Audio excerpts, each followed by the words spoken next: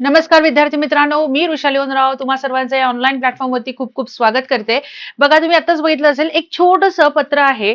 ते खूप व्हायरल होत आहे आणि ते कशाशी रिलेटेड आहे तर बाबा, तलाठी भरतीची जी परीक्षा आहे ती एमपीएससी मार्फत होणार आहे. ह्याचं अजून एक पाऊल पुढे गेलेलं आहे. 2 दिवसापूर्वी आपण बघितलं होतं की एमपीएससी खूप ऍक्टिव्ह झालेली आहे. केरळ आणि युपीच्या आधारे सर्व ज्या परीक्षा आहेत, म्हणजे आधारे म्हणजे त्यांच्याप्रमाणे परीक्षा ह्या एमपीएससी मार्फत घेण्यात याव्या यासाठी आयोग कार्यरत झालेला आहे. ओके, तर त्याच अनुषंगाने आपल्याला छोटीशी पुढची एक बातमी मिळालेली आहे.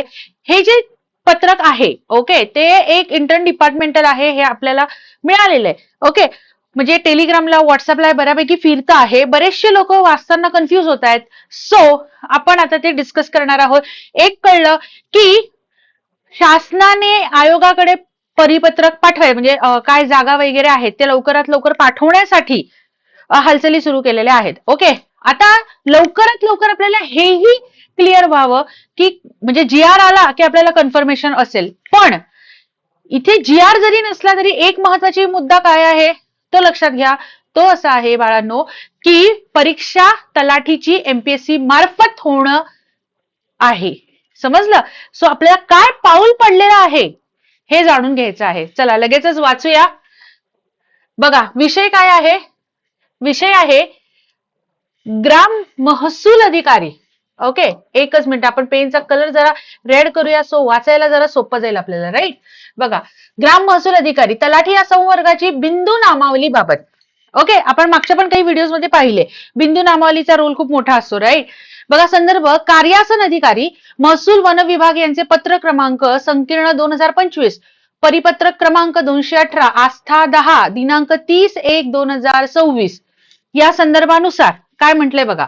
उपरोक्त विषयी संदर्भीय पत्राच्या अनुषंगाने राज्य शासनाच्या अखत्यारीतील पदांची निवड प्रक्रिया सुलभ व जलद करण्याच्या अनुषंगाने विविध संवर्गाचे वर्गीकरण करून निवड प्रक्रियेचे सुसूत्रीकरण करण्याच्या अनुषंगाने सामान्य प्रशासन विभागाने 31/12/2025 अखेरची रिक्त पदांची स्थिती व बिंदू नामावली प्रमाणित केलेली याबाबतची माहिती मागवली आहे. सदर माहिती संवर्गाच्या एकत्रीकरणाअंती महाराष्ट्र लोकसेवा आयोगाकडे, बघा, एमपीएससी कडे एकत्रितरित्या मागणी पत्र पाठविण्यात यावे यासाठी मागविण्यात आली आहे. ओके, म्हणजे हे सगळं जे आहे ते एमपीएससी कडे पाठवण्यात येणार आहे. म्हणजे आपल्याला एक दिलासा परीक्षा एमपीएससी द्वारे होईल. ओके, पुढे बघा, याकरिता आपणास याद्वारे अवगत करण्यात येत आहे की ग्राम महसूल अधिकारी तलाठी निहाय प्रथम नियुक्ती आदेश, जात प्रमाणपत्र, जात वैधता प्रमाणपत्र इत्यादी कागदपत्रे प्रमाणित प्रतीसह खालील तक्त्यात नमूद माहिती तात्काळ सादर करावी. एक्सेल शीट, म्हणजे आता हे त्यांचं कार्यालयीन आहे. ओके, नेक्स्ट बघा काय काय. बिंदूचा प्रवर्ग, कर्मचाऱ्याचे नाव, नियुक्ती, सगळी माहिती त्यांनी हवी आहे. तहसील कार्यालयातील आस्थापना शाखेतील संबंधित सहाय्यक महसूल अधिकारी, महसूल सहाय्यक यांनी उपरोक्त नमुन्यातील माहिती तसेच तलाठी निहाय कागदपत्र प्रमाणित प्रतीसह दिनांक 10/2/25 पर्यंत या कार्यालयात सादर करावे. सदर माहिती शासन सादर करावयाची असल्याने प्रकरणात विलंब होणार नाही याची दक्षता घेऊन तात्काळ कार्यवाही करावी. ओके, म्हणजे एक गोष्ट लक्षात घ्या, हे पत्रक इंटरनल आहे. ओके, आता हे बाहेर आलं, आपण त्याच्याबद्दल बोलतो म्हणजे आपल्याला एक दिलासा मिळावा म्हणून. आता शासन एमपीएससी कडे पाठवणार आहे. आता पुढचा रोल जो एमपीएससीचा असणार आहे, म्हणजे त्यांच्या बैठका, परीक्षा कशी होईल, ऑनलाईन होईल, ऑफलाईन होईल, कोण घेईल, एमपीएससी स्वतः कंडक्ट करताय की एमपीएससी अजून काही दुसरं पोर्टल तयार करते, काय करते आपल्याला काहीही माहिती नाही. मी सगळ्या शक्यता इथे बोललेली आहे.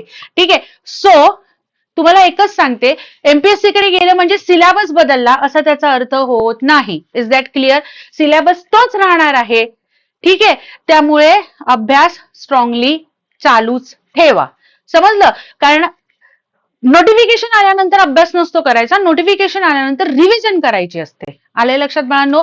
त्या निमित्त आता म्हणजे एकच सांगणं आहे की हलगर्जीपणा जो आपल्या अंगात सगळ्यांच्या आहे तो आपण थोडासा बाजूला ठेवूया, आळस बाजूला ठेवूया आणि आपल्या ध्येयाकडे जरा कूच करूया. बरोबर की नाही? तर असंच तुम्हाला अजून माहितीसाठी बघा चॅनलला सबस्क्राईब करून ठेवा. जी जी माहिती आहे क्रॉस चेक केल्याशिवाय, पूर्ण घेतल्याशिवाय तुमच्यापर्यंत पोहोचवली जात नाही, ह्याची तुम्ही काळजी घ्या. लक्षात येतंय? चलो बघा, अशाच तुम्हाला उत्तम मार्गदर्शन देण्यासाठी काय करायचं आहे, तर बघा आपली मराठी व्याकरणाची बॅच आहे फक्त 999, आणि जीके जीएसचा जो बेस आहे ते स्टेट बोर्डाची बॅच आहे ती फक्त 999 ला आहे. मराठी व्याकरणाची बॅच फक्त 599 रुपयाला आहे. आणि 2500 प्लस शब्दसंग्रह तयार करून घेणारी बॅच त्याच्यामध्ये मी मोफत उपलब्ध करून दिलेली आहे. सो वेळ दौडू नका, कारण की आता वेळ ही पैशापेक्षा पण मूल्यवान आहे, एवढं लक्षात घ्या. ओके, त्यामुळे या गोष्टींकडे लक्ष न देता अभ्यासाकडे मार्गक्रम करायला लागा. Okay, all the very best. अशीच माहिती अपडेटेड लवकरात लवकर तुमच्यापर्यंत पोहोचवण्याचा माझा नक्कीच प्रयत्न राहील. तोपर्यंत tata, bye bye, signing off, जय हिंद.